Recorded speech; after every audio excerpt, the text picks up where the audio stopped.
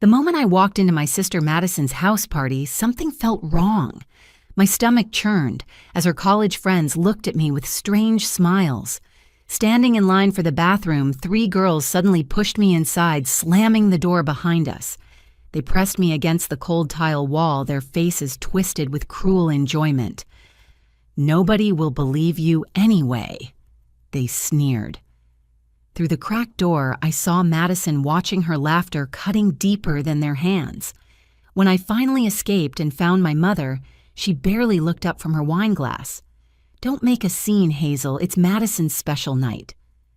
I woke up Sunday morning with purple bruises blooming across my upper arms and a sharp pain when I touched my swollen lip. The mirror showed me what I already felt. My ribs ached where Ashley had shoved her elbow into them, and my wrists bore the marks from Brittany's grip.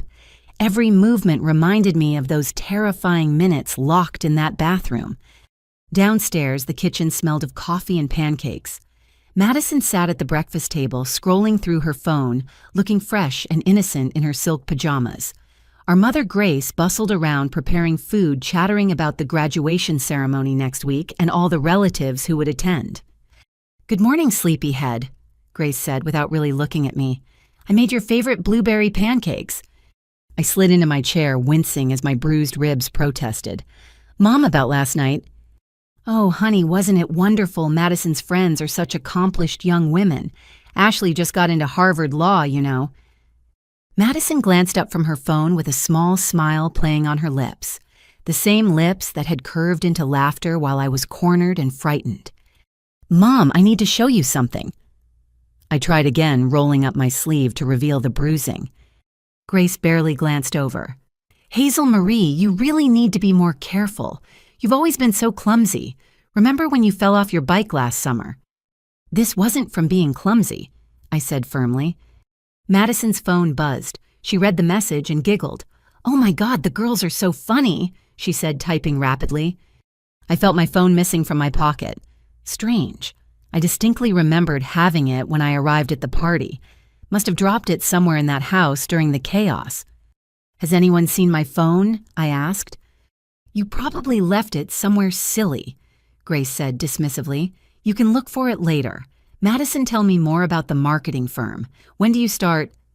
As they launched into discussion about Madison's bright future at Preston Marketing Associates, I gave up trying to be heard. I excused myself and went to the living room, borrowing Mom's laptop to check if I could track my phone. Logging into social media felt like stepping into a nightmare. There I was, tagged in multiple photos from the party. Ashley, Brittany, and Chloe had posted pictures where I looked disheveled and frightened with captions like, "When the baby sister can't handle college parties," and "Some people just don't belong." The comments below were even worse, strangers laughing at my obvious distress. My hands trembled as I scrolled through the humiliation. How many people had already seen this? My college friends, high school classmates, extended family members who followed Madison. Then I noticed something in my old email account. An anonymous message sent at 3:47 a.m., no subject line. My cursor hovered over it for a moment before I clicked. One attachment, a video file. My heart pounded as I downloaded it, making sure the volume was low. The thumbnail showed a dimly lit hallway. I pressed play. The video was crystal clear. There was the bathroom door, and there was me being pushed inside by the 3 girls. The camera angle caught everything through the gap under the door and the reflection in the hallway mirror. You could see their faces clearly as they shoved me around. You could hear their voices threatening me, telling me I was pathetic, that no one would care what happened to Madison's irrelevant little sister. And then Madison appeared in frame, looking through the cracked door. Her laughter was unmistakable as she watched her friends terrorize me. The video even caught her saying, "Make sure she knows her place," before walking away. 37 seconds of footage that changed everything. Proof that I wasn't crazy or overdramatic. Evidence that this really happened. But who filmed this, and why did they send it to me anonymously? I quickly forwarded the video to my personal cloud storage, creating multiple backups. My hands shook as I realized what I held. This was validation that my pain was real, that the violation I experienced wasn't something I imagined or exaggerated. From the kitchen, I heard Madison's bright laughter mixing with Mom's approving chatter about her successful daughter's future. They sounded so happy, so normal, as if last night never happened, as if I wasn't sitting here covered in bruises, holding evidence of an assault they wanted me to pretend didn't exist. I closed the laptop and hugged my knees to my chest, ignoring the protest from my injured ribs. Everything had changed in the span of those 37 seconds. The question now was, what would I do with this truth? My fingers wouldn't stop trembling as I watched the video for the 5th time, memorizing every detail. The timestamp showed 11:23 p.m., the way Ashley's face contorted with cruelty as she grabbed my shoulders, how Brittany's perfectly manicured nails dug into my wrists, Chloe's sneer as she blocked the door, and Madison, my own sister, treating my terror like entertainment. I saved the file under 3 different names in separate folders, emailed copies to 2 backup addresses, and even uploaded it to a private cloud server I'd used for school projects. Something told me I'd need every copy I could make. The sound of Grace's voice on the phone drifted in from the kitchen. "Yes, Aunt Dorothy, we're so proud. Preston Marketing is one of the top firms in the city. Starting salary is $70,000, can you believe it?" This was my moment. Video evidence in hand, I walked back to the kitchen where Madison now sat painting her nails, a delicate rose gold. The normality of the scene made my stomach turn. "Mom, I need you to look at something right now," I said, setting the laptop on the counter. Grace covered the phone's mouthpiece with irritation. "Hazel, I'm talking to Aunt Dorothy about the graduation party arrangements. Can't this wait?" "No, it can't wait. Please, just 2 minutes." Madison didn't even look up from her nails. "God, Hazel, why do you always need attention when something good happens for me?" "Aunt Dorothy, I'll call you back," Grace said with exaggerated exhaustion. She hung up and turned to me with crossed arms. "This better be important." I opened the laptop and clicked play. For 37 seconds, the kitchen filled with the sounds of threats, shoving, and mocked cries for help. Grace's expression shifted from annoyance to something harder to read. When it ended, silence stretched between us like a taut wire. "Well," I asked, my voice barely above a whisper. Grace closed the laptop with a decisive click. "Where did you get this?" "Someone sent it anonymously. But Mom, you can see what they did to me.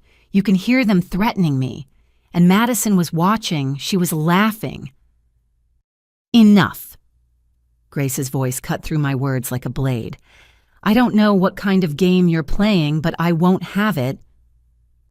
"Game, Mom, look at my arms." I pushed up my sleeves again, showing the purple-blue bruises in the shape of handprints. Madison finally looked up, her expression one of practiced concern. "Mom, I think Hazel might need professional help. She's been struggling with jealousy issues for years, and now with my graduation and job offer." "I'm not jealous." The words came out louder than intended. Grace's face flushed red. "Lower your voice. The neighbors don't need to hear your dramatics." She stepped closer, her voice dropping to a dangerous whisper. "Do you have any idea what you're trying to do? Madison has worked her entire life for this opportunity. She has student loans to pay a career to build. And you want to destroy all of that because some girls played a harmless prank." "Harmless, they assaulted me." "They were drinking. Girls get silly at parties. You're making a mountain out of a molehill because you can't stand that Madison's life is taking off while you're still figuring yours out." Madison stood, placing a gentle hand on Grace's shoulder. "Maybe we should look into therapy options for her. Dr. Brennan has good reviews for treating personality disorders." "I don't have a personality disorder." I felt tears threatening but refused to let them fall. "Sweetheart," Madison said in a voice dripping with false sympathy, "this attention-seeking behavior is really concerning. Remember when you claimed Tommy Bryant was bullying you in 10th grade, and it turned out you just didn't like that he was dating my friend?" "That's not what happened, and you know it," I said through gritted teeth. Grace shook her head slowly. "I'm calling Dr. Brennan first thing Monday morning. This has gone too far." I grabbed the laptop, clutching it to my chest. "I have proof. You saw the proof." "What I saw," Grace said coldly, was a grainy video that could have been edited, taken out of context, or God knows what else. What I know is that my daughter is about to start her professional life, and I won't let your petty jealousy ruin that. I stood there looking between my mother and sister, realizing with crystal clarity that they would never take my side. Madison could have stabbed me in front of Grace, and somehow it would be my fault for bleeding on the carpet. Without another word, I turned and walked upstairs, each step feeling like a mile. Behind me, I heard Madison's voice, soft and concerned. "I'm really worried about her mom. Maybe we should hide the kitchen knives." Grace's response chilled me to the bone. Whatever it takes to get through graduation without incident. After that, if she wants to continue this behavior, she can do it somewhere else. In my room, I locked the door and immediately forwarded the video to my personal email, again adding a detailed written account of everything that happened. As I typed, my laptop dinged with a new message. Another anonymous email. My heart raced as I opened it. They did this to 3 other girls: Sarah Chen, Emma Rodriguez, Jessica Williams. I have proof of everything. Meet me at the coffee shop on Maple Street tomorrow at 2 p.m. Come alone. Don't tell your family. I stared at the message, reading it over and over. 3 other girls. This wasn't just about me. Madison's friends had done this before, and someone had been documenting it. For the first time since the assault, I felt something other than pain and fear. I felt the stirring of righteous anger. If my family wouldn't believe me, maybe it was time to find people who would. Tomorrow at 2 p.m., I would learn just how deep this cruelty went. The Maple Street coffee house hummed with typical Monday afternoon energy. Students typed on laptops. Business people grabbed quick espressos, and the espresso machine hissed its familiar rhythm. I chose a corner table with clear views of both entrances, my nerves making me hypervigilant. At exactly 2 p.m., Tyler Morrison walked through the door. I knew Tyler, of course. Madison's boyfriend of 2 years, the quiet computer science major, who seemed to fade into the background at every gathering. Tall and lanky with perpetually messy brown hair, he never quite fit with Madison's glossy crowd. Now I understood why he'd looked so uncomfortable at every party. He ordered a black coffee and slid into the seat across from me, pulling out his laptop immediately. "Thank you for coming," he said quietly, his eyes darting around the coffee shop. "I wasn't sure you would." "You filmed the video," I said. It wasn't a question. Tyler nodded, opening his laptop. "I've been documenting everything for 6 months. Started when I witnessed what they did to Sarah." His fingers flew across the keyboard, pulling up organized folders. "I couldn't stand by anymore after Saturday night." "Why didn't you stop them?" The question came out more accusatory than intended. His face crumpled slightly. "I tried once. Madison threatened to tell everyone I'd been abusive to her. She said she'd ruin my life, get me expelled. She had bruises on her arms from where she'd grabbed the car door, but she said she'd tell people I did it." He turned the laptop toward me. "So I started collecting evidence instead." The screen showed meticulously organized folders. Screenshots of group messages where Ashley, Brittany, and Chloe planned their initiations, videos from various angles at different parties, photos of injuries on other girls, documented timelines of events. Sarah was first, Tyler explained, clicking on a folder. She was dating Brittany's ex. They cornered her at a Halloween party, locked her in a closet for 2 hours. When she tried to report it, her parents got a call from someone claiming to be from the dean's office saying Sarah had been caught with drugs. It was fake, but her parents pulled her out of school. My stomach churned as he showed me Sarah's story, then Emma's. She'd been assaulted in a parking garage after refusing Chloe's advances toward her boyfriend. Jessica's attack happened during a study group that turned into an ambush. Each time Madison orchestrated it, Tyler said, showing me text messages. She picked the victims, planned the attacks, managed the cover-ups. The other 3 were her weapons, but Madison was always the brain. "How long have you known?" I asked. "Too long," he admitted, shame coloring his features. At first, I thought Madison's stories were true, that these girls were problematic, but patterns emerged. She always targeted women who threatened her somehow. Prettier, smarter, more accomplished, or just happier. He showed me a group chat where Madison analyzed potential targets like a predator studying prey. My name appeared 3 weeks ago. Sister needs to learn her place. Getting too confident, too pretty. Time to remind her she's nothing. Tears burned my eyes, but I blinked them away. I need copies of everything. Tyler had already prepared a USB drive. Everything's here. Videos, screenshots, dates, times, witness information. Sarah, Emma, and Jessica all agreed to speak out if someone else came forward first. They're scared, but ready. Why didn't you go to the police yourself? A man accusing 4 popular women of assault without a direct victim willing to speak. He shook his head. But now you have the evidence and the motivation. Your video is the clearest proof yet. I plugged the USB into my laptop, verifying the files were all there. The evidence was overwhelming. What about Madison? If I use this, she'll know you gave it to me. I'm done protecting her, Tyler said firmly. I've already moved my stuff out of our apartment, filed paperwork to transfer schools. Whatever happens, I can't be part of this anymore. As we prepared to leave, Tyler grabbed my wrist gently. Be careful. Madison's more dangerous than you know.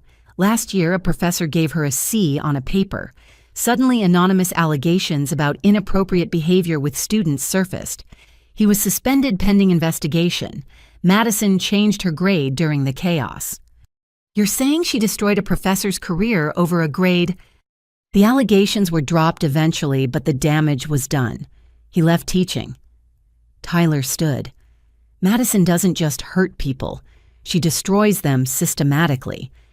We walked toward the exit together, and I felt the weight of the USB drive in my pocket like a loaded weapon. As I pushed open the door, I froze.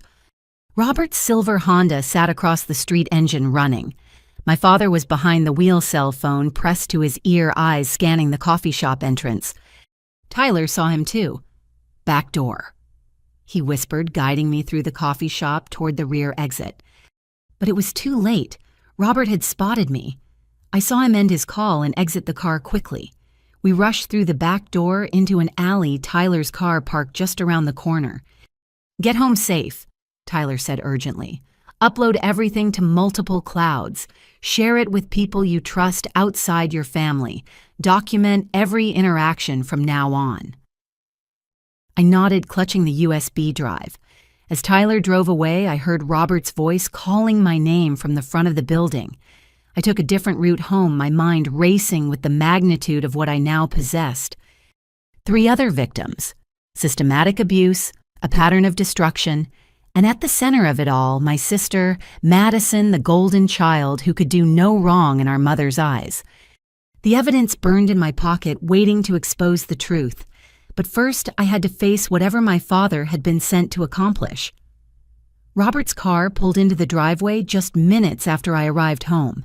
I'd barely had time to hide the USB drive inside an old jewelry box before he walked through the front door, his face a mask of forced calm. Hazel, we need to talk, he said, jingling his car keys nervously. Get in the car. I'd rather talk here, I said, trying to keep my voice steady. Your mother thinks a drive would be better, less emotional. He wouldn't meet my eyes. Knowing I had little choice, I followed him outside. The car smelled like his cologne mixed with coffee, familiar scents that now felt threatening. We drove in silence through suburban streets I'd known my entire life, each turn taking us further from potential witnesses. Finally, he parked at Riverside Park, the place he used to take me to feed ducks when I was little. The irony wasn't lost on either of us. Your mother's worried about you, he began, still gripping the steering wheel. She didn't seem worried when I showed her evidence of assault, I replied. Robert sighed deeply. Hazel, you've always been sensitive. Remember when you thought monsters lived in your closet? You were so convinced you made us check every night for months. I was 6 years old, Dad. This is completely different. Is it? He finally turned to look at me. You're seeing threats where there aren't any, making mountains out of molehills. These girls were just playing around and you've blown it out of proportion. Playing around?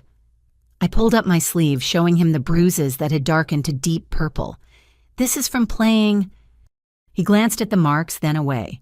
You bruise easily, always have. Remember when you played soccer? Dad, stop. Just stop. I felt tears of frustration building. I know you saw me at the coffee shop. Who was I meeting? Your mother asked me to keep an eye on you. She's concerned you're spiraling, meeting strange people who might encourage these delusions. Delusions. There's a video, Dad, clear evidence of what happened. Robert's hands tightened on the wheel. Videos can be edited, taken out of context. Madison explained everything. The girls were doing a silly initiation thing for their group. You weren't supposed to get hurt. They feel terrible. Madison explained. I repeated flatly. Of course she did, and you believed her. She's my daughter too, Hazel, and she's worked incredibly hard to get where she is. Do you understand what accusations like these could do to her future? The pain in my chest felt like a physical weight. What about my future? What about my safety? No one's saying what happened was right, Robert said carefully. But families handle things internally. We don't air dirty laundry for the world to see. We drove home in suffocating silence. When we pulled into the driveway, both Madison's car and Grace's were there.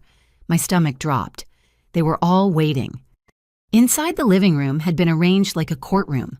Grace sat in Dad's recliner, Madison on the couch looking fragile in a cream sweater. They'd even brought in Mrs. Garrett, our neighbor, who was a family therapist. Sit down, Hazel, Grace commanded. I remained standing. What is this? An intervention, Mrs. Garrett said kindly. Your family is concerned about your recent behavior. My behavior? I laughed, but it came out hollow. I was assaulted at a party, and you're concerned about my behavior. Madison dabbed at her eyes with a tissue. I've been trying so hard to include her to make her feel part of my life, but she's always been jealous of my friendships, my success. Save the performance, I snapped. I have evidence, video proof of what you and your friends did. Grace stood abruptly. Enough, Robert, tell her. My father cleared his throat. Hazel, your mother and I have discussed this. Your tuition for senior year, your housing, your car insurance. It all depends on family support. The threat hung in the air like poison. If you continue down this path, Grace picked up where he left off. If you insist on spreading lies and trying to destroy your sister's reputation, you'll be doing it without our help. You're blackmailing me, I said, my voice barely above a whisper. We're trying to save you from yourself, Grace insisted. Delete whatever you think you have. Apologize to Madison and her friends. Get the therapy you clearly need, or find your own way to finish college. Madison looked up at me with wide, innocent eyes. I forgive you, Hazel. We all know you're going through something. Maybe it's the stress of senior year or seeing me graduate and start my career. It's okay to feel lost. The gaslighting was so expertly done, I almost doubted myself for a moment. Almost. I need to think, I said finally. You have until morning, Grace said coldly. Delete everything and apologize or pack your things. I walked upstairs on unsteady legs, their voices following me. We're doing this because we love her, I heard Grace say. Of course, Mrs. Garrett agreed. Sometimes tough love is necessary. In my room, I locked the door and pulled out the USB drive. With shaking fingers, I uploaded every file to 3 different cloud services, emailed copies to trusted friends outside the city, and created a detailed timeline of events. As the files uploaded, I opened my banking app. My checking account showed a balance of $843.12. Not enough for rent, let alone tuition. But then I noticed something odd. My savings account, where I'd been putting away money from my part-time job for 2 years, showed recent withdrawals. Small amounts, $50 here, $75 there, but they added up to over $3,000. Transactions I hadn't made. I clicked on the transaction history. Each withdrawal had been made online from IP addresses I didn't recognize, but the timing was suspicious. They started 3 months ago, right around when Madison began complaining about being broke despite her paid internship. My sister hadn't just orchestrated my assault, she'd been stealing from me for months. I took screenshots of everything, adding them to my growing evidence file. The family meeting downstairs continued their voices, a low murmur of self-righteousness. That night, I quietly packed my essential belongings. Laptop important documents, some clothes, the jewelry box with the USB drive. Everything else could be replaced. By morning, they would expect my surrender or my departure. They had no idea what I was planning instead. The evidence was safe, backed up in multiple locations. Tyler's documentation combined with my video created an undeniable pattern. Sarah, Emma, and Jessica were ready to speak out. My family had given me an ultimatum: delete the evidence or lose everything. They were about to learn that some things were worth more than their money: truth, justice, and the knowledge that I wouldn't let another girl suffer what I had endured. Tomorrow would bring consequences, but tonight I prepared for war. My alarm buzzed at 5:30 a.m. Monday morning. I'd barely slept, spending hours creating the perfect post. Every word had been carefully chosen, every piece of evidence strategically placed. My bag sat by the bedroom door, ready for my escape. At exactly 6 a.m., I hit share across every platform. TikTok, Instagram, Twitter, Facebook. The bathroom assault video played in crystal clear quality. My caption read simply, "This is what happened when I attended my sister's party. My family told me to keep quiet. I won't." I tagged the location, Madison's University, and included relevant hashtags about assault, family abuse, and silencing victims. Then I shut off my phone's ringer and went downstairs to make coffee, counting down until the explosion. It took 12 minutes. Madison's scream from upstairs could have shattered windows. Feet pounded on stairs as she flew into the kitchen, phone clutched in her hand, face contorted with rage. "What did you do?" she shrieked. "What did you do?" Grace appeared moments later, hair disheveled, still in her robe. "What's happening?" Madison shoved her phone at our mother. "She posted it. The lying little bitch actually posted it." I sipped my coffee calmly. "I told the truth, that's all." Grace's face cycled through confusion, disbelief, and finally volcanic fury as she watched the video. "Delete it now." "No." I said delete it. Grace lunged for my phone on the counter, but I was faster. "It's too late anyway," I said. Last I checked, it had 50,000 views. Probably more by now. Madison was frantically typing on her phone. "My job. Oh God, my job. HR follows my social media." Her voice pitched higher with each word. "You've ruined everything." Robert stumbled into the kitchen, drawn by the commotion. "What's going on?" "Your daughter," Grace spat the words like venom, "has decided to destroy this family." I stood up, shouldering my laptop bag. "No, Mom. Madison destroyed this family when she orchestrated my assault. You destroyed it when you chose to protect her instead of me. I just refused to be silent about it." My phone buzzed incessantly in my pocket. Messages, comments, shares. The video was spreading like wildfire. "You're done here," Grace said coldly. "Get out of my house." "Already packed," I replied, heading for the stairs to grab my bags. Madison followed me, her perfect composure finally cracking. "Do you have any idea what you've done? Ashley's dad is a lawyer. Brittany's family has connections. They'll sue you for defamation." "Truth is an absolute defense against defamation," I said, quoting what I'd researched. "Everything in that video actually happened." She grabbed my arm as I lifted my suitcase, nails digging in. "I'll destroy you for this. You think this video matters? I'll make sure everyone knows what a pathetic, attention-seeking liar you are. No one will hire you. No one will date you. You'll be nothing." I pulled free from her grip. "I'd rather be nothing than be you." Downstairs, Grace was on the phone, voice shrill. "She's lost her mind. Yes, the video is everywhere. I don't know what to do." I walked past her to the front door. Robert stood there looking lost. "Hazel, please. Think about what you're doing. Your education, your future."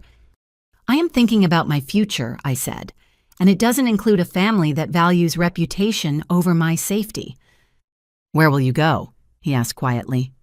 "Somewhere, I'm believed," I answered and walked out the door. My friend Lauren lived in an apartment near the university. She'd already texted offering her couch after seeing the video. As I drove there in my beat-up Honda Civic, my phone continued its endless buzzing. At a red light, I quickly checked the numbers. 200,000 views, climbing fast. The comments section was a battlefield. Some called me brave, others accused me of seeking attention. But between the noise, other voices emerged. This happened to me at a Pike party last year. Madison's friends did this to my roommate. I have a similar video but was too scared to post it.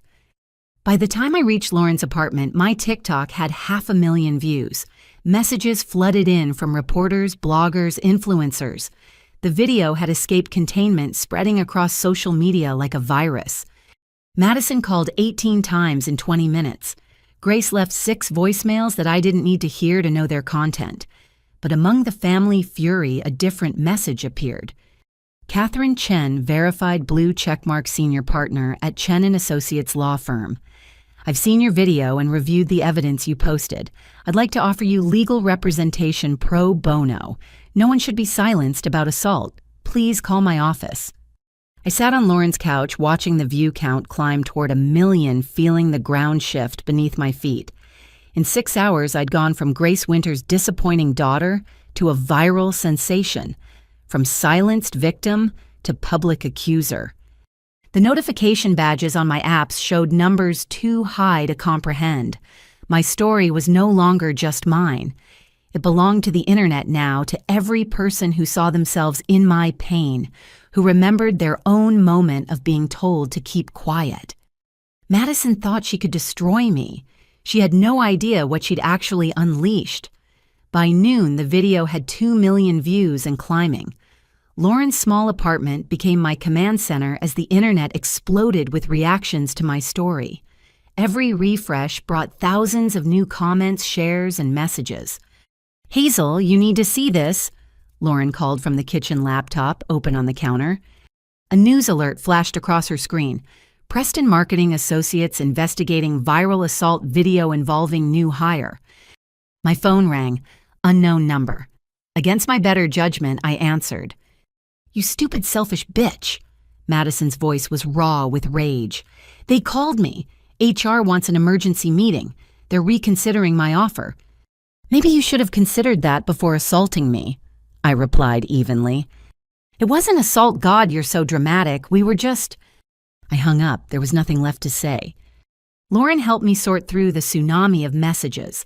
Interview requests from major news outlets, podcasters, bloggers.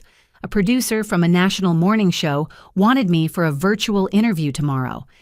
"You should do it," Lauren encouraged. "Control the narrative before they do." As we discussed media strategy, my phone buzzed with notifications from Twitter. Madison and her friends had launched their counterattack. New accounts with generic names posted screenshots of old texts claiming I was unstable and attention-seeking. They shared photos from family events where I looked unhappy, spinning stories about my long history of jealousy. One particularly vicious thread claimed I'd been in therapy for pathological lying. "None of this is true," I said, scrolling through the lies. "Doesn't matter," Lauren said grimly. "They're trying to muddy the waters." But then something unexpected happened. Other women began sharing their own experiences. The hashtag Madison's Mean Girls started trending. Sarah Chen, one of Tyler's documented victims, posted her story. I stayed silent for 2 years after Madison Winters and her friends locked me in a closet at a party. They said no one would believe me. Seeing Hazel's courage gives me strength to speak my truth. Emma Rodriguez followed. Then Jessica Williams. Each story added weight to mine, creating an avalanche of accusations against Madison's crew. By 3 p.m., the university had released a statement. "We are aware of serious allegations involving current students. The safety of our campus community is paramount. A full investigation has been launched." Grace's Facebook post appeared an hour later. I shouldn't have looked, but I did. My heart is broken by my daughter's false accusations against her loving sister. Hazel has struggled with mental health issues and attention-seeking behavior for years. We tried to get her help, but she's chosen to lash out at the family who loves her most.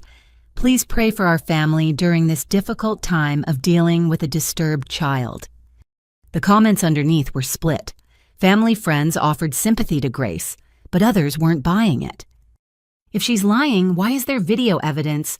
3 other girls have come forward with similar stories. Maybe examine why your daughter felt safer going public than talking to you. Ashley Manning posted her own defense on Instagram, perfectly filtered photo attached. I'm heartbroken that someone I considered a friend would twist an innocent moment of fun into something sinister. I've never hurt anyone in my life. This witch hunt needs to stop. But within minutes, someone posted screenshots of Ashley's deleted Finsta account, showing her bragging about putting freshmen in their place and rating girls by how easy they were to break. Brittany Cole took a different approach, posting a tearful video. I'm so sorry if anything I did was misinterpreted. I had too much to drink that night and don't remember everything clearly. This has been a learning experience. Her half apology only made things worse. Comments flooded in, "You remember enough to know you need to apologize," and "drunk actions are sober thoughts." Chloe Martinez went radio silent, her social media accounts vanishing entirely. As the afternoon wore on, the story jumped from social media to mainstream news. Local channels picked it up first, then national outlets. Viral video exposes alleged pattern of assault among university students, read one headline. My phone rang again. This time it was Catherine Chen herself. "Hazel, I've reviewed everything you posted. The evidence is compelling, but they're going to come at you hard. Are you prepared for that?" "They already are," I said, explaining the social media smear campaign. "That's just the beginning," Catherine warned. "I've seen cases like this. They'll dig into your past, twist every mistake you've ever made, paint you as the villain. But here's the thing, truth has power, and you have 3 other victims ready to corroborate a pattern of behavior." We scheduled a meeting for the next morning. As I hung up, Lauren showed me her phone. A TikTok user with 2 million followers had shared my video with commentary. "This is why victims don't come forward. Look at her own mother calling her mentally ill for speaking the truth. But we see you, Hazel. We believe you, and we're not letting them silence you." The video had 10 million views in 8 hours. Madison's name was trending nationwide, and not in the way she'd dreamed of when planning her perfect post-graduation life. My phone buzzed with one final message for the day. "Tyler saw everything. I'm proud of you. They're panicking. Madison called me screaming threats. I recorded it all. Stay strong." As night fell over the city, I sat on Lauren's couch, watching the internet dissect every aspect of my life and Madison's. By speaking my truth, I'd started something that couldn't be stopped. The backlash was fierce, but the support was fiercer. Tomorrow I would face the cameras and tell my story again. Madison thought she could break me in that bathroom. Instead, she'd created her own downfall, one view at a time.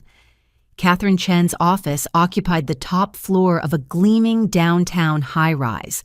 Walking in felt like entering another world, one where my pain could be transformed into justice through legal documents and court proceedings. Catherine herself was nothing like I'd expected. Petite with silver-streaked hair pulled into an elegant bun, she radiated quiet power. Her handshake was firm, her gaze direct. 13 million views as of this morning. She said, gesturing for me to sit, "Your video has become a phenomenon, but viral fame won't win a court case. Evidence will." I handed her the USB drive Tyler had given me. For the next 2 hours, we reviewed everything. The videos, screenshots, documentation of previous assaults. Catherine took notes in precise handwriting, occasionally asking pointed questions. "This is extensive," she finally said. "Tyler Morrison did excellent work documenting patterns of behavior. Combined with your video and the other victims' testimonies, we have grounds for both criminal assault charges and a civil lawsuit." "What happens next?" I asked. "First, we file a police report. Criminal charges for assault, battery, and conspiracy. Then we pursue civil action for damages, medical bills, therapy costs, pain, and suffering." She leaned forward. "But I need you to understand something. Once we start this process, there's no going back. They will try to destroy you." "They're already trying," I said. Catherine smiled grimly. "This is nothing compared to what's coming, but I've handled cases like this before. We'll be ready." That afternoon, I sat in a police station interview room recounting every detail of the assault. Detective Maria Santos, a woman with kind eyes and graying temples, took my statement with professional thoroughness. "The video helps immensely," she said. "Clear faces, clear audio. Your sister's friends made a crucial mistake. They thought they were untouchable." "What about Madison?" I asked. "She didn't physically touch me, but she orchestrated everything." "Conspiracy charges are harder to prove, but not impossible. The text messages Mr. Morrison provided show clear planning and intent." Detective Santos paused. "Your mother hasn't filed any reports about your supposed mental health issues, has she?" I shook my head. "She's just saying that on social media." "Good. False reports would be another charge.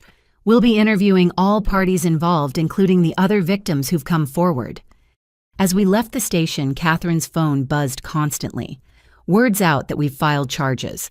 My office is getting calls from reporters, and—" She paused, reading a message. "Madison's hired Thomas Fitzgerald." "Is that bad?" "He's expensive and ruthless. Daddy must be paying." Catherine didn't look concerned. "But expensive doesn't mean ethical. I've beaten him before." Back at Lauren's apartment, I found chaos. Reporters had discovered where I was staying. Lauren peeked through the blinds at the news vans below.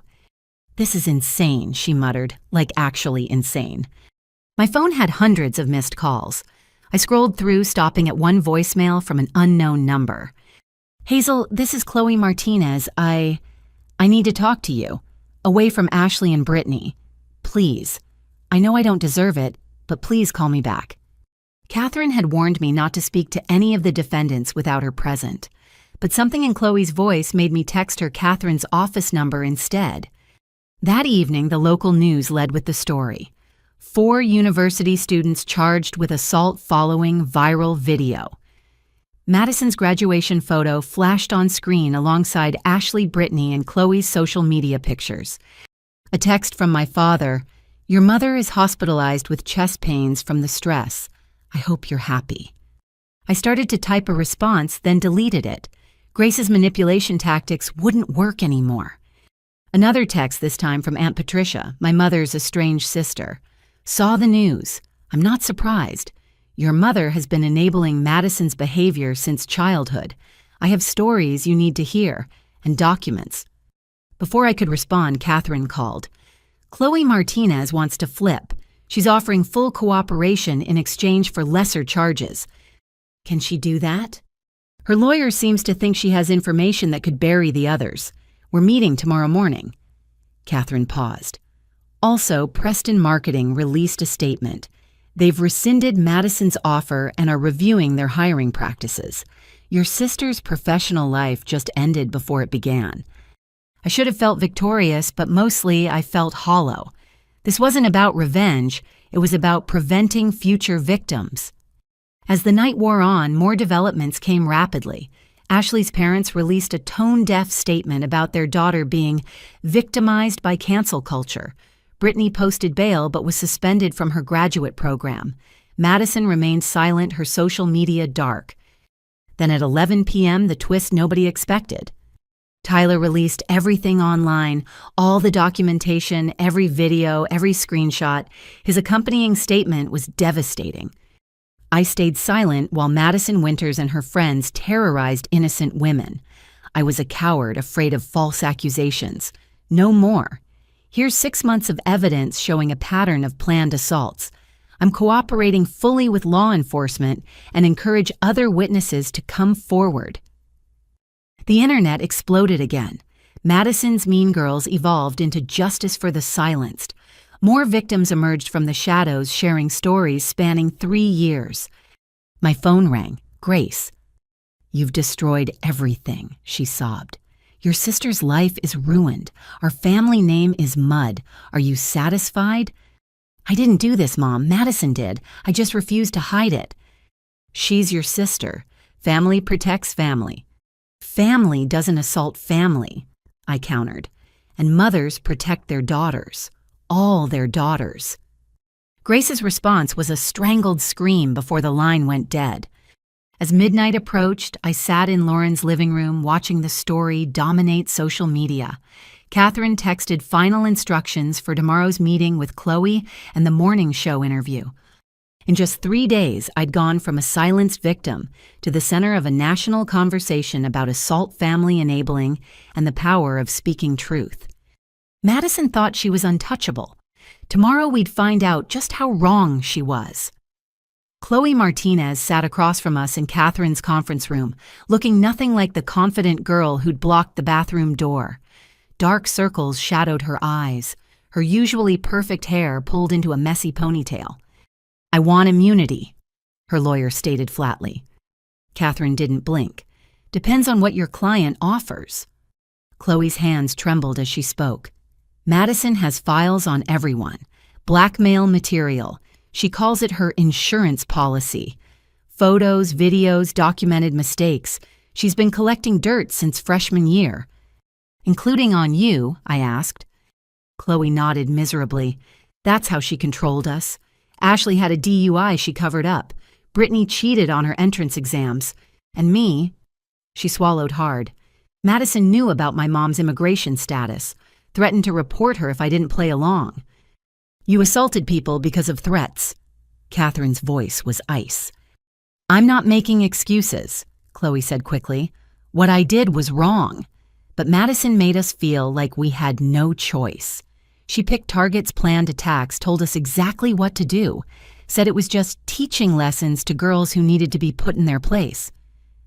The story that emerged over the next hour painted Madison as a calculated predator. She kept encrypted files on a hidden cloud server, documented every indiscretion, every vulnerability.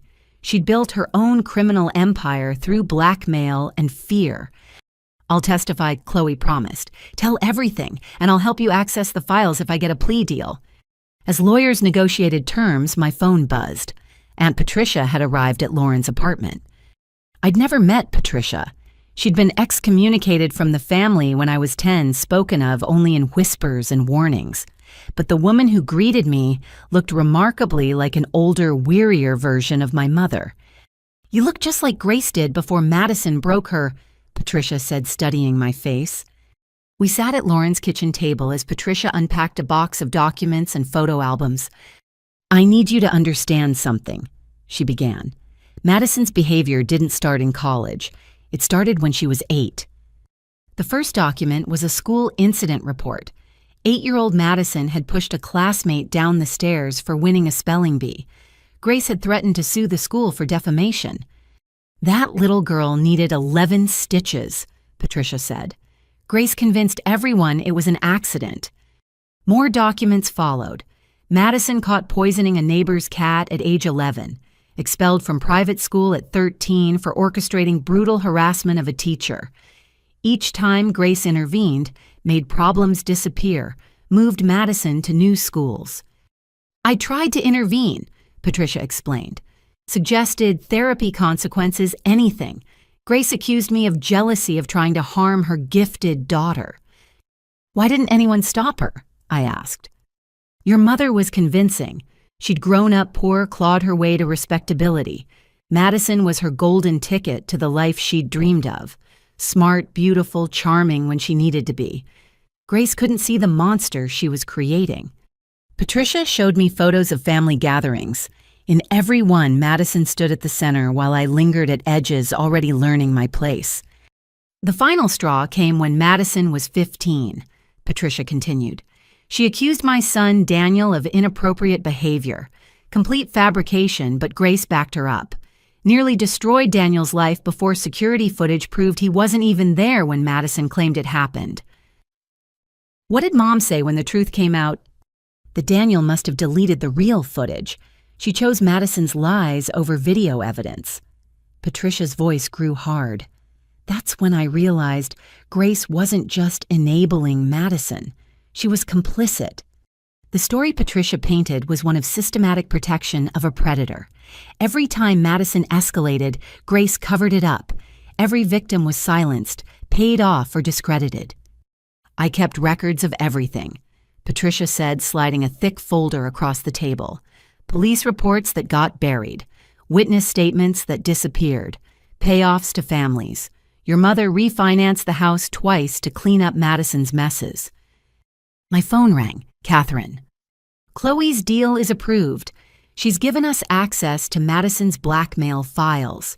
Hazel, it's worse than we thought. She has compromising material on professors, administrators, even local politicians. This isn't just assault, it's an extensive criminal operation. As Catherine explained the legal implications, I felt the full weight of what we'd uncovered. Madison wasn't just a mean girl who went too far. She was a lifelong predator, protected by a mother who chose ambition over truth. Patricia squeezed my hand. I'm proud of you for doing what I couldn't, breaking the cycle. That evening, I did the morning show interview from Lauren's apartment. 5 million viewers watched as I calmly recounted my assault and the cover-up that followed. My family chose to protect my attacker because she was their daughter too, I said. But being family doesn't excuse assault. It makes it worse. The interviewer asked about my mother's claims of mental illness. The only thing wrong with me is that I refuse to be silent. I responded, That's not mental illness, that's mental health. As the interview ended, my phone exploded with notifications, but one stood out, a text from Robert. I found something in the garage. Your mother's been hiding more than you know. We need to talk, without her knowing. Patricia, still watching the interview replay, looked at me knowingly. Grace always kept secrets in that garage. Time you learned them all. The assault in the bathroom had been just the visible tip of an iceberg that went deeper and darker than I'd imagined. Tomorrow, I would meet my father and uncover whatever Grace had hidden. Madison had built her empire on secrets and fear. Now, piece by piece, we were tearing it down. Robert waited for me in the parking lot of an abandoned shopping center, his car hidden behind a defunct pharmacy. He looked haggard, aged 10 years in 5 days. When I slid into the passenger seat, he handed me a banker's box without speaking. Inside were financial documents dating back 15 years, loan applications, credit card statements, wire transfers. My mother's secret financial life laid bare in devastating detail. I never handled the money, Robert said quietly. Grace always said she was better with finances. I trusted her. The papers told a story of progressive desperation. It started with Madison's first private school expulsion, $10,000 to make a lawsuit disappear, then $20,000 for the next incident, $50,000 to silence the family whose daughter Madison had hospitalized in high school. Look at this. Robert pointed to a remortgage document. She forged my signature, twice. Took out $150,000 in equity loans. For Madison, I asked. Payoffs, lawyers, bribes, one payment of $30,000 to a university admissions consultant who guaranteed Madison's acceptance, despite her sealed records. His voice cracked. We're 6 months from foreclosure, Hazel. Your college fund, our retirement, everything gone. I photographed every document, sending them directly to Catherine's secured server. The financial fraud alone would be criminal charges. There's more, Robert said. Yesterday, after you went public, people started calling. Madison's other victims looking for compensation. Turns out your mother had them sign NDAs in exchange for money, but those agreements were based on fraud since I never consented to the payments. My phone buzzed. Catherine. Just received your files. This changes everything. Your mother could face serious jail time. As we sat in silence, Robert finally broke. I failed you. I chose comfortable blindness over protecting my daughter. When you showed me that video, part of me knew it was real. But accepting that meant accepting what Madison was, what Grace had done, what I'd allowed. Why help me now? I asked. Because I watched your interview. Heard you say families should protect each other. You protected future victims while we protected a predator. He wiped his eyes. I'm testifying against both of them if needed. We drove separately to the police station where Detective Santos waited with federal investigators. Financial crimes across state lines had elevated the case. That evening, the story exploded in new directions. A Twitter thread by an investigative journalist exposed Madison's blackmail network, calling it the most extensive extortion scheme ever run by a college student. Screenshots of Madison's secret files flooded social media, prominent figures caught in compromising positions, all under Madison's control. Ashley Manning's family issued a panicked statement distancing themselves. Her father, the lawyer who'd threatened to sue me, was in Madison's files receiving bribes. Brittany's family fled town after their daughter revealed Madison had videos of her father with his mistress. At Lauren's apartment, I watched the empire crumble in real time. Madison's mugshot appeared on every news outlet.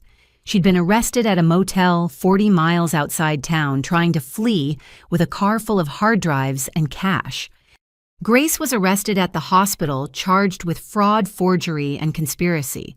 The footage of her being led out in handcuffs while screaming about ungrateful children became instantly viral.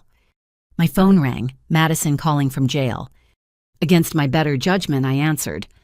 "You destroyed everything," she hissed. "My life, my future, everything I worked for." "You destroyed yourself," I replied calmly. "I made something of myself. I was going places. You were nothing content to live in my shadow. I tried to teach you your place, and this is how you repay me. My place was never beneath you, Madison. You just needed me there to feel powerful." She laughed bitterly. "You think you've won? You have no idea what I'm capable of. When I get out—" "You threatened the wrong people," I interrupted. "Those files you kept the FBI found evidence of extorting a federal judge. You're not getting out for a very long time." Silence, then quieter. Mom always said I was special. "You are special, Madison. Specially cruel, specially evil, and now specially prosecuted." I hung up on her, screaming.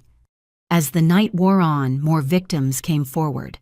The count reached 37 women across 3 states, each story similar, targeted for excellence, assaulted for confidence, silenced by fear or money. Aunt Patricia arrived with Chinese takeout and wine.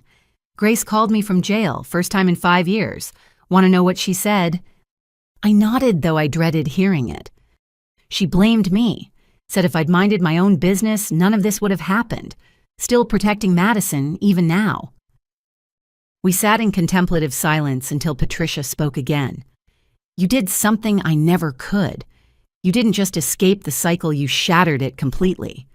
"It doesn't feel like victory," I admitted. "It shouldn't. This isn't about winning, it's about truth, justice, preventing the next victim." She raised her glass.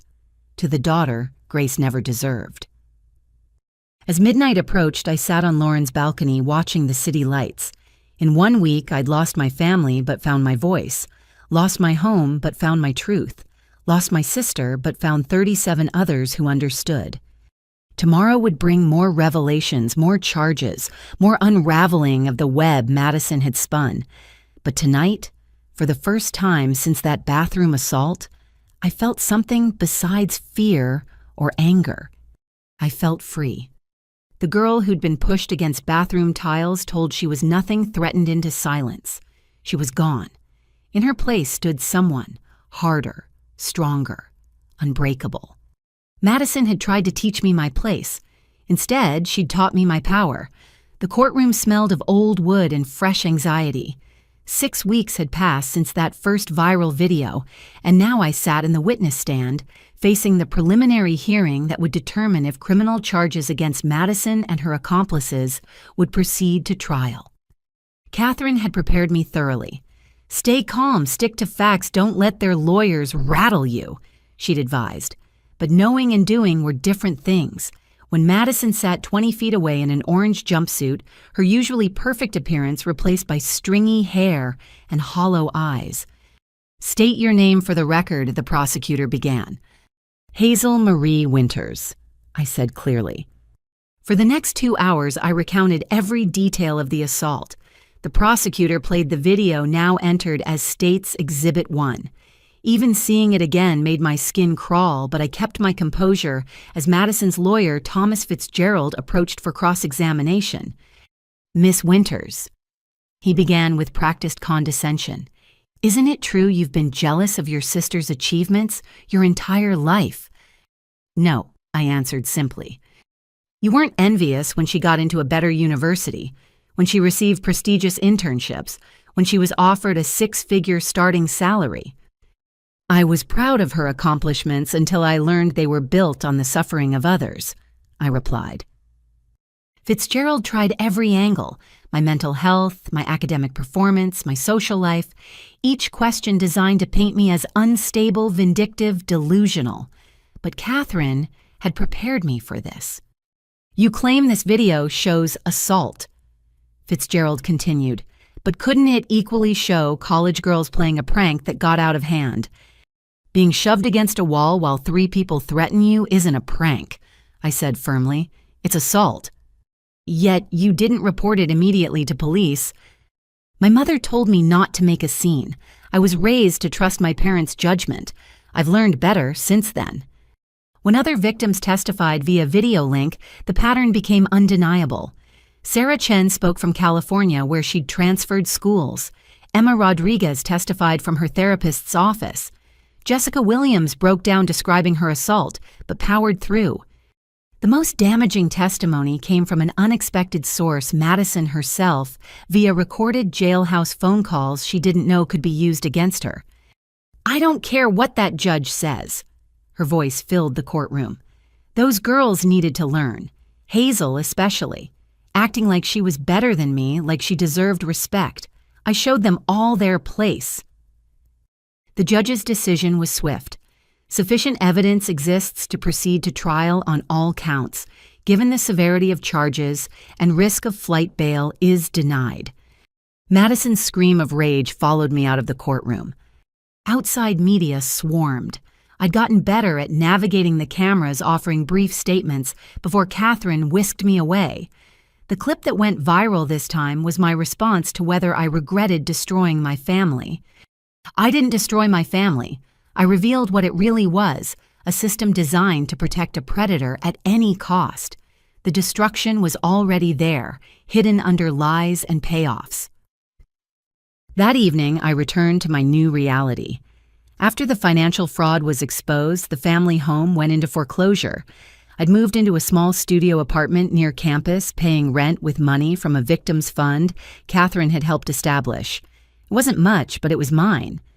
Robert had moved in with his brother temporarily. He'd texted earlier, "Proud of you today, you were unshakable." Our relationship remained complicated. His testimony had helped build the financial fraud case against Grace, but years of complicity couldn't be erased overnight.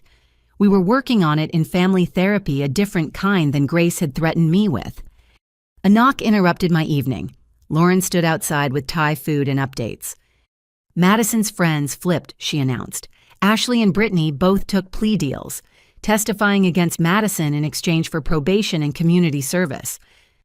And Chloe, already serving her community service at a women's shelter, she seems genuinely remorseful. Lauren paused.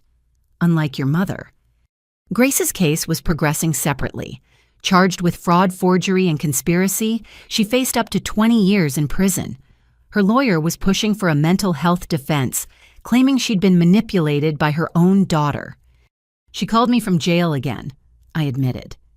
Lauren's eyes widened. You didn't answer. I did. She wanted me to lie, say I'd forged those documents to frame her. When I refused, she said I was no daughter of hers. Good riddance, Lauren said firmly. We spent the evening planning for what came next.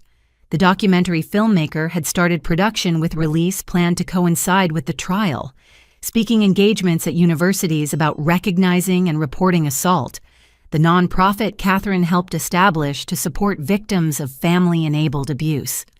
You've become an icon, Lauren said. The girl who brought down her own sister to protect others. I never wanted to be an icon, I replied. I just wanted to be believed. My phone buzzed with a message from a number I didn't recognize. My name is Amy Chen. My older sister has been bullying me for years, getting worse since she started college. She's planning something big for my 18th birthday party next month. Your story gave me courage to speak up. Thank you for showing me it's possible to break free. I wrote back immediately, You're not alone. Document everything. Tell trusted adults. You deserve to be safe. As night fell, I stood on my tiny balcony looking out at the city lights. In 2 months, I'd gone from a silenced victim to a voice for the voiceless. The cost had been everything I'd thought. I had family, home, security. But what I'd gained was invaluable truth, justice, and the knowledge that my pain had purpose. The trial would come. Madison would fight with everything she had left. Grace would paint herself as the real victim. The media circus would continue. But I would stand strong, surrounded not by blood family who'd failed me, but by chosen family who'd believed me. Supported not by toxic loyalty, but by truth and justice. Madison had tried to break me in that bathroom. Instead, she'd forged me into something unbreakable. And that girl Amy, facing her own sister's cruelty, she wouldn't have to fight alone. None of us would, not anymore. The call from Samantha Richards came at 6 a.m. on a Tuesday 3 months after the assault. I didn't recognize the name, but her voice trembled with familiar pain. "You don't know me," she began, "but I was Madison's best friend in high school. I need to tell you something about your sister, something worse than what's already come out." We met at a diner outside the city, Samantha choosing a corner booth where she could watch the door. She looked nothing like Madison's current friend group, soft-spoken, plainly dressed, haunted eyes that spoke of old trauma. Senior year of high school. She started without preamble. "Madison threw a party while your parents were away. She drugged me. I woke up, compromised. Photos everywhere. She said if I told anyone, she'd release them." My coffee turned cold as Samantha detailed years of torment. Madison had used those photos for constant blackmail, forcing Samantha to do her homework, take tests for her, even steal from other students. "When I finally threatened to go to the police, your mother showed up at my house with $50,000 cash and a non-disclosure agreement, said it was for my emotional distress, but made it clear the photos would surface if I didn't sign." "You have proof?" I asked, though I already believed her. Samantha pulled out a folder, the NDA with Grace's signature, bank records showing the payment, medical records from the morning after when she'd gone to the ER alone and afraid, and screenshots of messages from Madison over the years, taunting her with reminders of what she held. "I thought I was the only one for so long," Samantha whispered. "Then I saw your video and realized Madison never stopped. She just got better at it." I immediately called Catherine, who arranged for Samantha to give a formal statement. This evidence pushed the investigation into federal territory, crossing state lines with criminal intent, interstate commerce in illegal materials. That afternoon brought another surprise. 12 of Madison's former high school classmates had formed a Facebook group, Madison Winters Survivors. Story after story emerged of bullying, blackmail, and assaults, stretching back to middle school. The pattern was consistent and chilling. But the biggest shock came from an email marked urgent from Thomas Fitzgerald's law firm. Madison's own lawyer wanted to meet. Catherine accompanied me to his downtown office, both of us wary of tricks. But Fitzgerald looked defeated, his expensive suit somehow diminished. "I'm withdrawing from your sister's defense," he announced. "What I'm about to share is technically privileged, but ethics demands disclosure." He slid a flash drive across the table. "Madison tried to hire someone to harm you, from jail, using contraband phones and cryptocurrency accounts your mother set up. I cannot and will not be party to witness tampering through violence." The room spun. Even after everything, learning my sister had tried to arrange my murder felt surreal. "We've alerted authorities," Fitzgerald continued. "She'll face additional charges. I've practiced law for 30 years, defended terrible people. But your sister," he shook his head, "she's not just criminal, she's evil." That evening, Robert came to my apartment for our weekly dinner. He'd been sober for 2 months, attending therapy, working to understand his role in enabling the dysfunction. When I told him about Madison's murder plot, he broke down completely. "I knew she was troubled," he sobbed, "but trying to kill you. My baby girl wanting to murder my other baby girl." The weight of his failures crushed him. How did I let it get this far? We sat in shared grief for the family we'd never really had, but from that grief came unexpected strength. Robert decided to testify not just about the financial crimes, but about the entire pattern of enabling. "I'll tell them everything," he promised. "Every excuse I made, every sign I ignored. Maybe other parents will recognize themselves and intervene before it's too late." The media attention intensified with each revelation. True crime podcasts dissected the case. Cable news shows debated nature versus nurture. The documentary filmmaker called weekly with updates interviewing dozens of Madison's victims. Support came from unexpected places. A federal prosecutor who'd been in Madison's blackmail files reached out grateful I'd exposed the network before she could use it. A senator whose daughter had been assaulted in college publicly thanked me for my courage. Even some of Grace's former friends contacted me admitting they'd seen warning signs but stayed silent.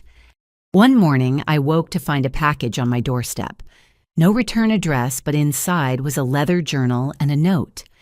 "From those of us who couldn't speak out, your voice gave us hope. Document everything. Stay strong. Justice is coming." The journal's first page had 37 signatures, one for each known victim. As I prepared dinner that evening, the news announced breaking developments. The FBI had uncovered a wider network of college-aged predators using Madison's blueprint for blackmail and control. Her insurance policy method had spread to other universities, creating cells of abusers, protecting each other through mutual destruction. My phone rang. Catherine sounded energized. "The federal prosecutor wants to use this case to establish new precedents for cyber extortion and coordinated assault.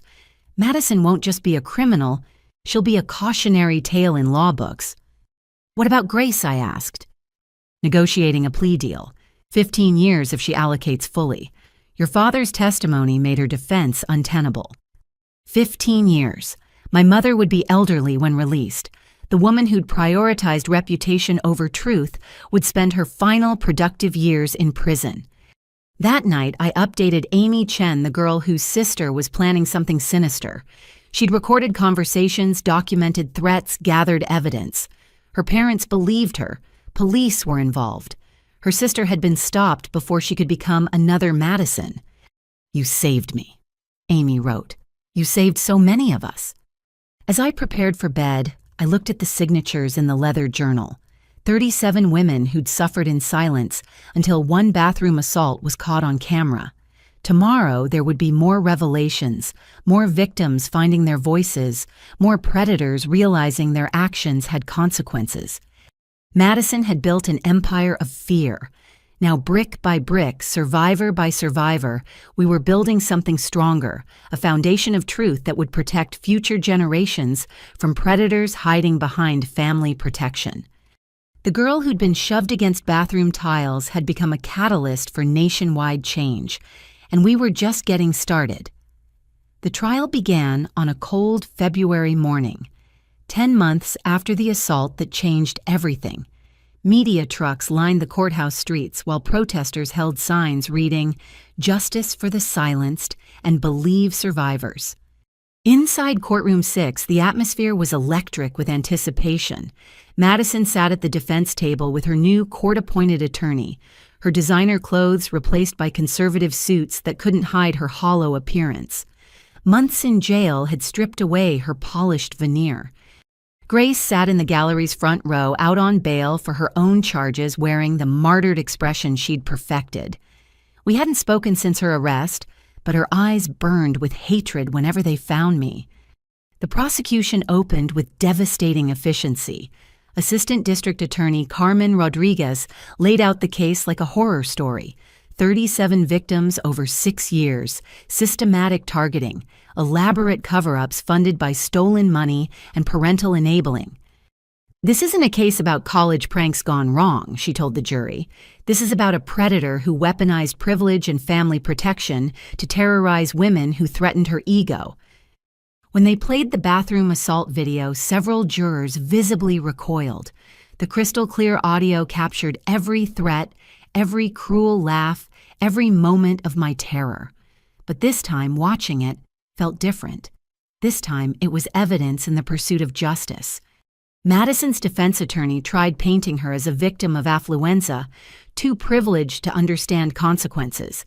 He blamed Grace's parenting social pressures, even suggested Madison had been manipulated by Ashley and Brittany. Then came witness testimony. I testified, first spending 6 hours on the stand across 2 days.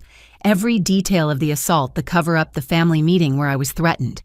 The defense tried to shake me, bringing up old grievances, suggesting mental instability, even implying I'd orchestrated everything for fame. "You've gained quite a following from this situation," the defense attorney suggested. "Book deals, speaking engagements. Seems profitable to be a victim." "I never wanted to be a victim," I responded firmly. "I wanted to be safe.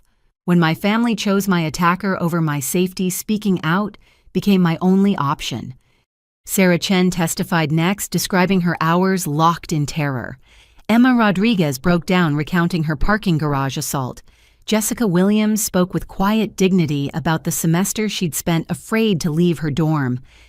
But the most damaging testimony came from Madison's former accomplices. Ashley Manning, in a plea deal, admitted everything. Madison picked the targets. She studied them, found their weaknesses, said it was about maintaining social hierarchy.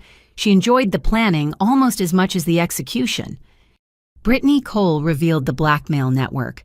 We all had to participate or be destroyed. Madison had something on everyone. She called it mutually assured destruction. Chloe Martinez delivered the killing blow. Madison kept trophies, videos of crying victims, photos of injuries. She'd review them when she felt stressed, said it reminded her of her power.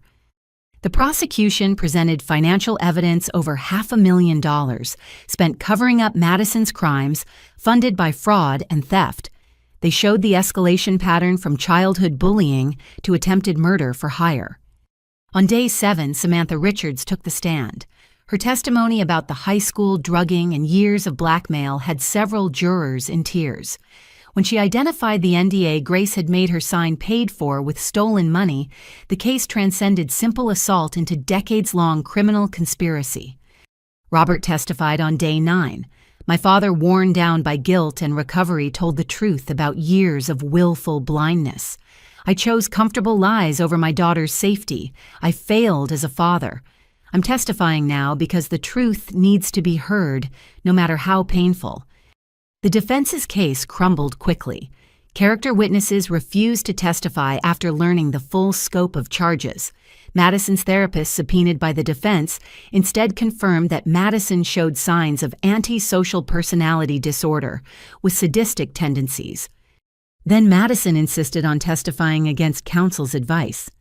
For 3 hours, she alternated between denial, blame shifting, and barely concealed rage.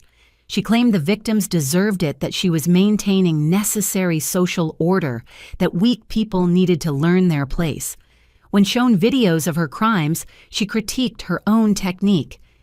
The moment that sealed her fate came during cross-examination. "Do you feel remorse for your actions?" the prosecutor asked. Madison smiled the same smile from that bathroom video. "I feel remorse that I got caught. These girls needed correction. I provided a service, including trying to arrange your sister's murder. Hazel betrayed family. In some cultures, that's punishable by death." She looked directly at me. "She destroyed everything I built. If I could do it again, I'd be more thorough from the start." The courtroom erupted. The judge called for order while Madison's attorney desperately tried to control the damage. But it was too late. She'd shown the jury exactly who she was. Closing arguments were formalities. The prosecution painted Madison as a calculated predator, enabled by family money and maternal protection. The defense mumbled about rehabilitation and second chances. The jury deliberated for exactly 2 hours and 43 minutes. On count 1 assault in the first degree, we find the defendant guilty. On count 2 criminal conspiracy, we find the defendant guilty. On count 3 extortion, we find the defendant guilty. Guilty on all 47 counts. The maximum sentence possible, 25 years to life. No possibility of parole for 15 years. Madison would be middle-aged before she could even apply for release. As court officers led her away, Madison turned to stare at me. No remorse, no recognition of wrongdoing, just pure, concentrated hatred. Grace wailed dramatically until the judge threatened contempt charges. Outside, the courthouse survivors gathered. Women who'd been silenced, threatened, assaulted, and ignored. We stood together as the prosecutor announced the verdict to the media. "This case sends a clear message," she said. "Privilege is not protection from consequences. Family enabling of criminal behavior will be prosecuted, and survivors who speak truth will be heard." That evening, Aunt Patricia hosted a quiet celebration, not for Madison's downfall, but for the precedent set. Universities nationwide were implementing new policies. Laws were being drafted to address family-enabled assault. The documentary would premiere next month, educating millions about recognizing and reporting predatory behavior. Amy Chen sent a video message. Her sister was in custody. Multiple victims had come forward, and their parents were in therapy, learning how they'd enabled the abuse. "Your courage created a ripple effect that saved countless women. Thank you." As I lay in bed that night, I thought about the 18-year-old girl who'd walked into her sister's party. Trusting family meant safety. That girl was gone, replaced by someone who understood that sometimes protecting others means exposing those closest to you. Madison would spend decades in prison. Grace faced her own trial next month. The family home was gone sold to pay restitution. Everything I'd known had crumbled.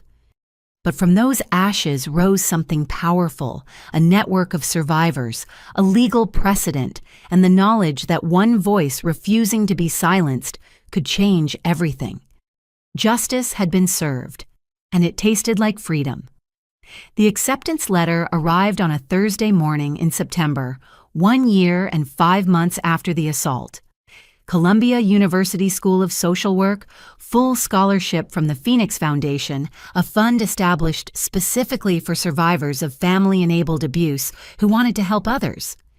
I sat on my tiny balcony reading the letter 3 times before it felt real, a new beginning funded by strangers who believed in turning pain into purpose. Robert called to congratulate me. We'd built something resembling a relationship over months of family therapy and his continued sobriety. He'd remarried 6 months ago. Susan, a kind kindergarten teacher who treated me like the daughter she'd never had. "I'm proud of you, sweetheart," he said. "Columbia's lucky to have you." "Thanks, Dad," I replied, the words still feeling foreign but less forced than before. Life had found a rhythm. I finished my undergraduate degree at the local state university, transferring credits and taking summer classes to graduate on time, despite everything. My small apartment near campus became a haven decorated with plants and photos from the new life I'd built. The speaking engagements provided enough income to live modestly while helping others. Universities, conferences, survivor groups I'd spoken to thousands about, recognizing abuse patterns and the importance of believing victims. Each event ended with someone approaching me privately, sharing their own story, finding courage to speak their truth. Catherine had become more than my lawyer. She was a mentor and friend. We'd successfully sued Madison's enablers at the university, who'd ignored previous complaints. The settlement funded legal support for victims who couldn't afford representation. The documentary had premiered to critical acclaim and millions of viewers. Breaking the silence. The Madison Winters case won 3 awards and sparked nationwide conversations about family complicity in abuse. I'd watched it once, reliving the trauma through interviews with dozens of victims, then put it away. That chapter needed to close for new ones to open. Tyler Morrison had become an unexpected ally. He'd transferred to Berkeley studying law with plans to become a victims' rights attorney. We exchanged emails monthly, 2 people bonded by witnessing evil and choosing to fight it. "Your courage inspired mine," he'd written. "I'll spend my career making sure other victims have the support we didn't." The other survivors had found their own paths to healing. Sarah Chen was in medical school, determined to become a trauma-informed physician. Emma Rodriguez had started a nonprofit teaching self-defense to college women. Jessica Williams wrote a blog about recovery that helped thousands. Even Chloe Martinez had transformed her guilt into action, working full-time at a domestic violence shelter while finishing her psychology degree. Her testimony had been crucial in convicting Madison, and she'd spent every day since trying to atone. Grace's trial had ended with a plea deal, 12 years for fraud, conspiracy, and obstruction of justice. I didn't attend the sentencing, but Robert told me she'd blamed everyone but herself until the end. She'd written me letters from prison that I burned unopened. Some bridges weren't worth rebuilding. Madison served her time in maximum security after attacking another inmate who disrespected her. She'd received an additional 5 years for that assault. Reports from inside suggested she'd learned nothing, still believing the world owed her deference. She'd be nearly 60 before possible release. Her youth and potential rotted away by her own cruelty. One afternoon, while packing for the move to New York, I found the leather journal with 37 signatures. Now it held over 200 names, women who'd found courage to speak about their own assaults, their own Madisons, their own enabling families. A knock interrupted my reminiscing. Lauren stood at my door with champagne and Chinese takeout. "To new beginnings," she toasted. "And to the girl who changed everything by refusing to stay quiet." We spent the evening planning my move, her visit to New York, the future that once seemed impossible. Lauren had been my rock through everything, the friend who'd offered her couch when family failed, who'd held my hand through testimony, who'd celebrated every small victory in rebuilding. "You know what the best part is?" Lauren asked. "You're not running to Columbia, you're choosing it. There's a difference." She was right. This wasn't escape, it was evolution. That night, I received a message that would reshape my future again. Dr. Patricia Hernandez, Columbia's Dean of Social Work, had seen the documentary and followed the case. "We're developing a new program focused on family-enabled abuse and institutional betrayal. Would you consider being our first student consultant? Your lived experience could help shape curriculum that trains social workers to recognize and address these specific patterns." I read the message twice, feeling the weight of opportunity, not just to learn, but to ensure future social workers understood what teachers, counselors, and family members had missed in Madison's victims for years. "Yes," I typed back. "I'm interested." As September turned to October, I gave my final speaking engagement before the move. 500 University of Michigan students packed the auditorium. I told my story one more time, but now it felt different, less like reliving trauma, more like teaching prevention. During the Q&A, a young woman stood up, voice shaking. "My older brother has been hurting me and my friends. My parents say I'm being dramatic. What do I do?" The auditorium fell silent. I looked at her, 19, maybe 20, holding herself like she might shatter, and saw myself before that bathroom assault. "You document everything," I said firmly. "You find adults who will listen, teachers, counselors, police if necessary. You protect yourself and your friends, and you remember that family protecting an abuser makes them complicit, not loyal. Your safety matters more than their comfort." She nodded, tears streaming. After the event, she approached with 2 friends. They'd been recording incidents for months, waiting for someone to tell them they weren't crazy. I connected them with Catherine's firm and local resources. 3 weeks later, I read about their brother's arrest. 5 victims had come forward. Their parents faced obstruction charges for attempting to destroy evidence. Another cycle broken. As I finished packing my apartment, I found the outfit I'd worn to Madison's party shoved in a closet corner. The shirt still had faint marks from being grabbed. I held it for a moment, remembering the girl who'd worn it, who'd trusted family meant safety.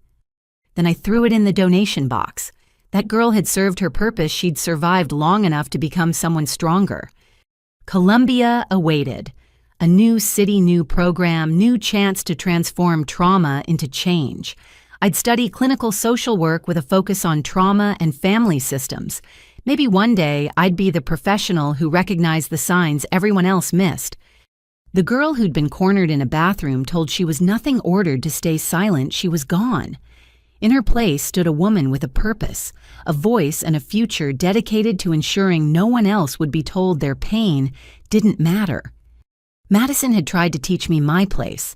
Instead, she'd taught me my power, and I would spend the rest of my life using it. Graduation day at Columbia arrived with perfect May sunshine.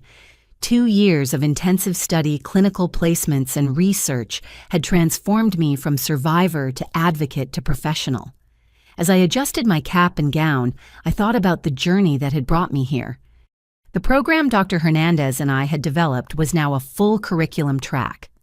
Family-enabled abuse and institutional betrayal recognition and intervention had enrolled 45 students this semester. My thesis on identifying predatory behavior patterns in family systems was being published in the National Social Work Journal. Hazel Winters, the dean, called. I walked across the stage to receive my Master of Social Work degree summa cum laude. In the audience, Robert and Susan cheered alongside Aunt Patricia and Lauren. My chosen family, the ones who'd stood by truth over blood. Catherine had flown in for the ceremony. From victim to expert witness to published researcher, she said afterward, hugging me tight, "You've redefined what recovery looks like." 6 months later, I stood in my office at the Phoenix Center for Trauma and Recovery, the nonprofit I'd helped establish, with settlement funds and donations from supporters. We provided free therapy, legal advocacy, and emergency housing for victims of family-enabled abuse. My desk held 3 frames: my Columbia diploma, a photo with the first graduating class from our training program, and Amy Chen's wedding invitation. She'd graduated college, become a victims' rights lawyer, and found love with someone who understood her journey. Her sister remained in prison, but Amy had built a life beyond survival. A knock interrupted my morning paperwork. "Your 9 o'clock is here," my assistant announced. A young woman entered, probably 19, carrying herself with the familiar fragility of fresh trauma. She'd called our crisis line after her brother's fraternity. Brothers had assaulted her while he watched and laughed. Her parents wanted her to let boys be boys. "I'm Dr. Winters," I said gently, still getting used to the title. "You're safe here. Whatever you share stays between us unless you want to take action. You control the narrative now." As she told her story, so similar to mine yet uniquely hers, I took notes and validated her experience. By session's end, she had resources options, and most importantly, someone who believed her without question. This was my life now. 3 days of clinical practice, 2 days training social workers and law enforcement to recognize family abuse patterns. Evenings were my own, unless emergency cases arrived, which they often did. Tyler Morrison had graduated from Berkeley Law and joined Catherine's firm. Together, they'd established the Winters Protocol, a legal framework for prosecuting family members who enabled abuse. It had been used successfully in 12 states so far. Sarah, Emma, and Jessica had all found their own healing paths. Sarah worked in emergency medicine, specially trained for treating assault victims. Emma's self-defense nonprofit had chapters at 30 universities. Jessica had become a renowned researcher on trauma recovery. We met quarterly survivors who'd become warriors, checking in and supporting each other's work. Even Chloe had found redemption in service. She'd earned her doctorate in psychology and specialized in treating perpetrators of abuse, trying to break cycles before they solidified. We'd never be friends, but I respected her commitment to preventing others from becoming like Madison. Speaking of Madison, she'd made news again last month. Another prisoner had filmed her giving a jailhouse interview where she maintained her innocence, claimed I'd orchestrated everything for fame, and promised revenge upon release. The video went viral, but not how she'd hoped. Comments universally condemned her, with many sharing their own Madison stories. Grace had been released early for good behavior, but struggled to find housing or employment. Last I'd heard, she lived in a halfway house working minimum wage, still posting on Facebook about being a victim of an ungrateful daughter. I felt nothing. Not hatred, not pity, just emptiness where a mother's love should have been. Robert and I had dinner monthly. He'd celebrated 5 years of sobriety by establishing a scholarship for social work students who were abuse survivors.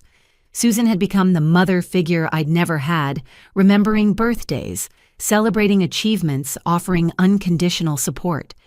"Family isn't blood," Susan had said at Thanksgiving. Family is who shows up when showing up is hard. My personal life had slowly healed too. Trust came hard after betrayal so profound, but therapy and time had helped. I'd dated cautiously, been honest about my history, and found that the right people saw strength where others might see damage. Marcus Chen, no relation to Amy, was a fellow social worker who specialized in children's trauma. We'd met at a conference, bonded over shared professional passion, and slowly built something real. He understood night terrors triggers the weight of others' pain. He also understood joy, hope, and building a future undefined by past trauma. "You know what I love about you," he'd said over dinner last week. "You turned the worst thing that happened to you into a life helping others avoid the same.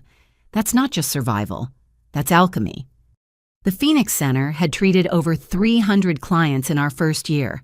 We'd trained 500 professionals to recognize family abuse patterns. Our crisis line had saved 17 lives that we knew of, probably more. But the work that meant the most happened in quiet moments. The teenage girl who called crying because her sister's friends had cornered her at a party, but she'd remembered my TED Talk about documentation and escaped with evidence. The mother who recognized her enabling patterns and chose her victimized child over her predator child. The social worker who spotted signs everyone else missed because of our training. Each small victory mattered. Each broken cycle was a future protected. On the 5-year anniversary of the assault, I received a package with no return address.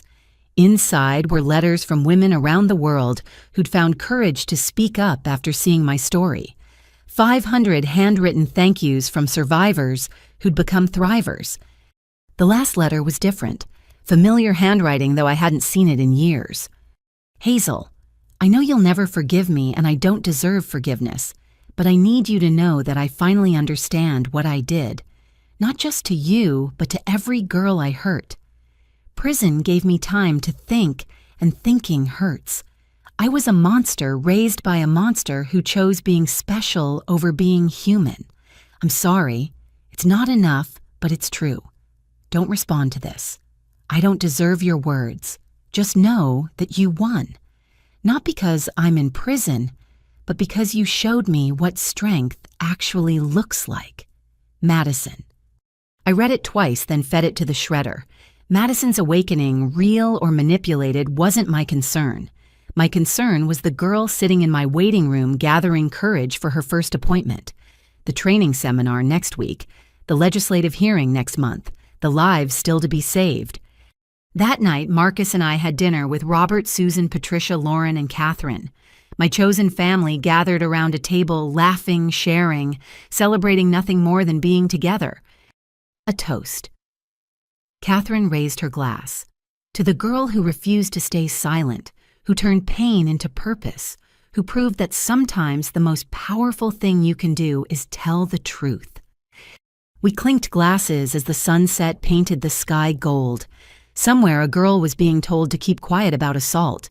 Somewhere else she was remembering my story, Amy's story, countless stories of women who'd spoken up and survived. Somewhere cycles were breaking. The bathroom assault had happened 7 years ago. The girl who'd been cornered, threatened, and silenced was gone. In her place sat Dr. Hazel Winters, trauma specialist, survivor advocate, and living proof that the worst things that happen to us don't have to define us. They can refine us. Madison had tried to teach me my place, small, silent, scared. Instead, she'd launched me toward my purpose. And that purpose would ripple outward, touching lives and breaking cycles for generations to come. 10 years had passed since that night in the bathroom, a decade of pain transformed into purpose, trauma alchemized into triumph. As I stood before an audience of 1,500 at the National Conference on Family Violence, I felt the weight of every moment that had brought me here. Family-enabled abuse thrives in silence. I said, my voice steady and clear. It depends on our willingness to protect reputation over truth, comfort over justice. Today I want to talk about breaking that silence. In the front row sat my team from the Phoenix Center, now expanded to 12 locations nationwide. We'd treated over 10,000 survivors, trained 50,000 professionals, and changed countless lives. The Winters Protocol had become federal law, making it a crime to knowingly enable or cover up family member abuse. My presentation showed statistics, case studies, intervention strategies. But what resonated most were the stories sanitized for privacy, but powerful in their truth. The audience leaned in, recognizing patterns in their own cases, their own communities. Prevention starts with believing survivors, I continued. It grows through education and accountability. It succeeds when we choose courage over comfort. Afterward, during the book signing for my newly released Breaking the Cycle, A Guide to Recognizing and Addressing Family-Enabled Abuse, a familiar face appeared in line. Madison. She looked nothing like the golden girl who'd terrorized dozens. Prison had aged her beyond her 35 years. Gray-streaked her hairlines mapped her face, and her eyes held something I'd never seen before: genuine humility. "I won't take much time," she said quietly. "I just needed to thank you in person." Security tensed, but I waved them off. "Thank you for what?" "For forcing me to face who I was. Prison gave me time, but your courage gave me a mirror. I've spent 8 years in therapy understanding the monster I became." She placed a folder on the table. "I've been working with researchers, letting them study me, understanding how someone becomes what I was. Maybe it'll help prevent another me." I looked at the folder: clinical studies, brain scans, psychological profiles. Madison had become a cautionary tale, willingly dissected to understand predatory behavior development. "I don't expect forgiveness," she continued. "I don't deserve it. But I wanted you to know that you didn't just save my victims. You saved me from myself. I'll spend whatever time I have left trying to earn the oxygen I breathe." She turned to leave, then paused. "Mom died last year, alone. Still blaming you.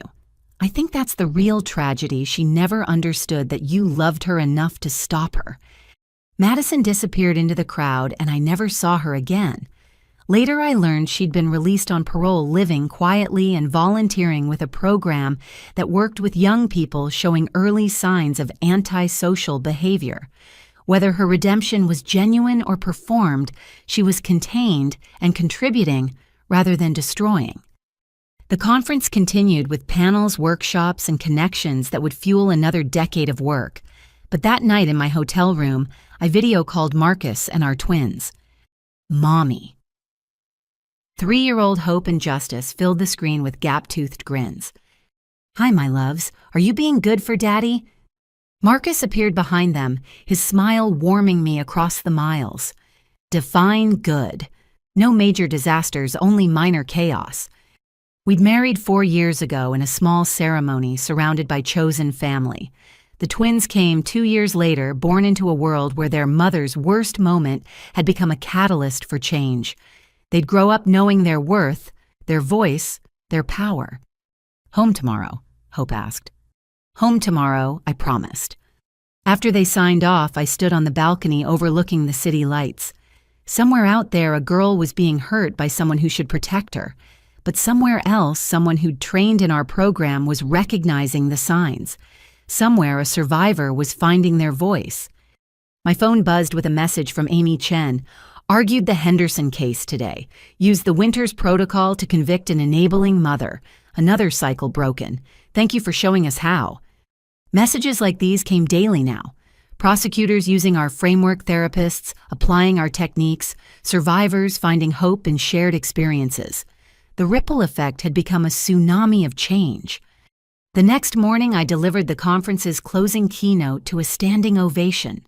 But what moved me most happened afterward. A young social worker approached with tears in her eyes. "I was assaulted by my brother's friends 5 years ago," she whispered. "My family told me to keep quiet. Then I saw your story.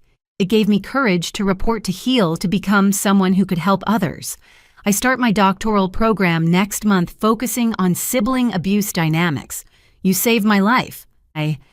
Stories like hers were why I kept going when the work felt heavy. Every survivor who became a helper, every family that chose truth over comfort, every professional who learned to see what others missed, they were the true victory. Flying home, I thought about the girl in that bathroom 10 years ago, terrified, betrayed, alone. If I could tell her one thing, it would be this: your pain has purpose. Your voice will free others. Your courage will echo through generations. Marcus met me at the airport with the twins. As I hugged my family, my real family chosen and created through love, rather than blood, I felt the profound gratitude that comes from a life fully lived. "How was the conference?" Marcus asked. "Powerful," I said, "but this is better." That evening, after tucking the twins into bed with stories of brave princesses who used their voices to save kingdoms, I sat in my home office. The walls held degrees, awards, photos with survivors who'd become warriors. But the most important item was a simple frame containing 37 signatures, the original victims who'd started it all. My computer showed emails from around the world, requests for training consultation partnership. The work would never end because the need would never fully disappear. But each intervention, each education, each broken cycle brought us closer to a world where assault wasn't enabled by those meant to protect. A final email caught my eye, from the Department of Justice.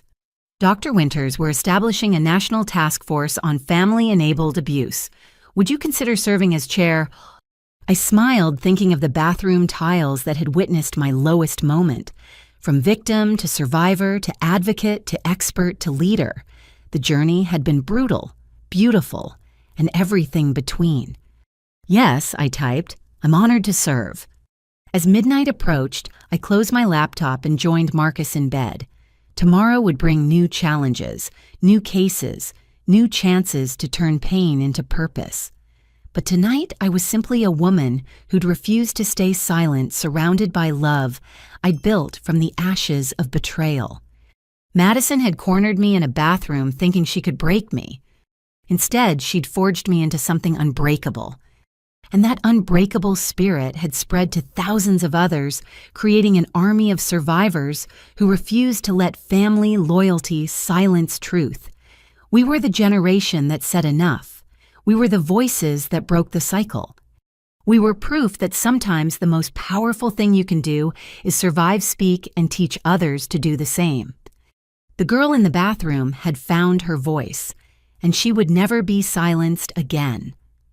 Thank you for joining me on this journey from silence to strength. If this story resonated with you, if you've faced similar betrayals or know someone who has, I want you to know you're not alone. Have you ever been told to keep quiet about something that hurt you? Have you found the courage to speak your truth, despite family pressure? Share your thoughts in the comments below.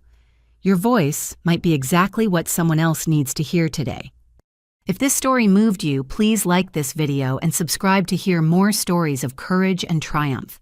Share it with someone who needs to know they're not alone in their struggle. Together, we can break the silence that enables abuse and build a world where truth is valued over comfort. Remember, your voice matters, your pain is valid, and you deserve to be believed. Until next time, stay strong, speak your truth, and know that you are worthy of respect and justice.